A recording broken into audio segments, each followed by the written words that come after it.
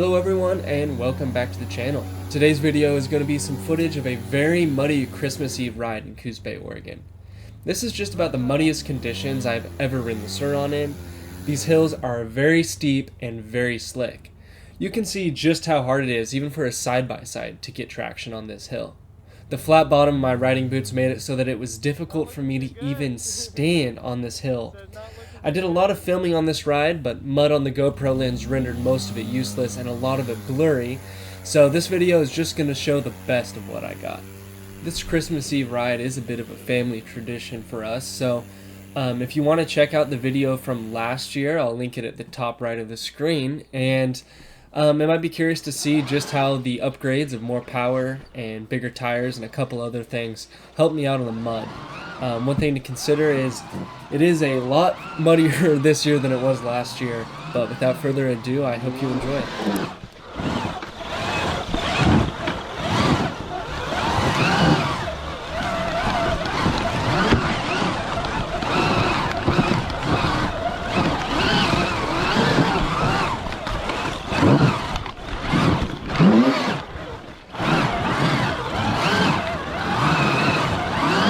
God damn it.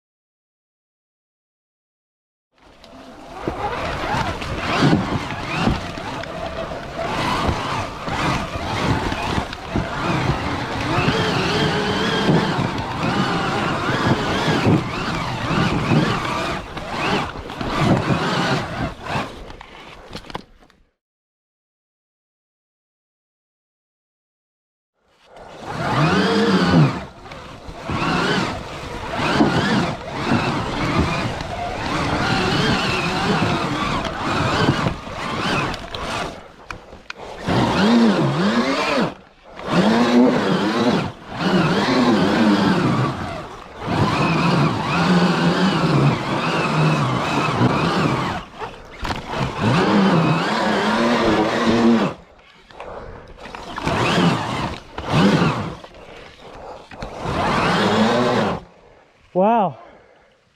Want me to help push it? Yeah, I got no answer here. No, I definitely need to move you this.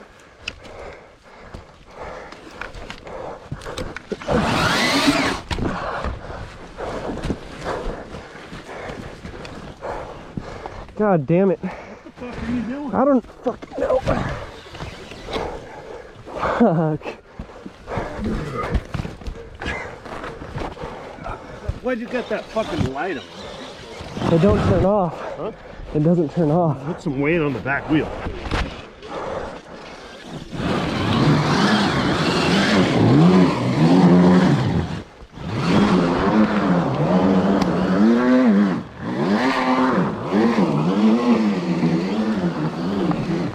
Fuck.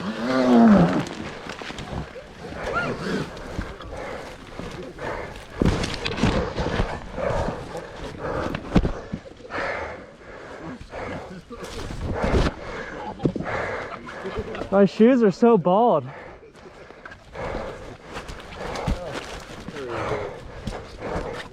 God damn.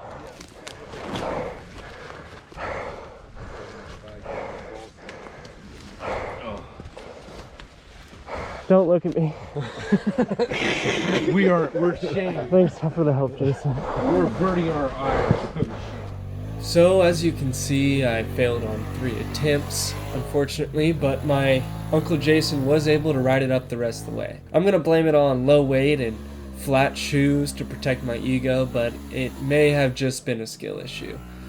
Overall, the bike did hook up pretty well. I think a lot of the problems came from the side-by-sides really rutting it out and making it hard to choose a good line near the top. I am a bit embarrassed about the hill. I figured people would still want to see it. And the rest of the video, I am just kind of riding through some single track through the trees. The Sur-Ron really shines at, and when you're out of that super slick clay on a very steep hill, there really aren't any issues with traction. The Trail Tech, which we'll be doing a video on soon here, really helps me kind of not get lost when you're just going through the trees. You know, these private kind of bushwhacking trails, they don't get as much riding as regular ones, so having a little GPX route just makes your life a lot easier, and if you get off track, you can find your way back. It does give you that peace of mind to go explore, really, and that's what it's all about.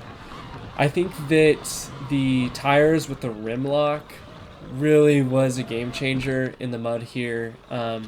We have made a video on this before if you want to check it out, but compared to just the small, pizza cutters that the bike comes on, it really, if you're going out and doing mud and stuff like this, you really got to do that.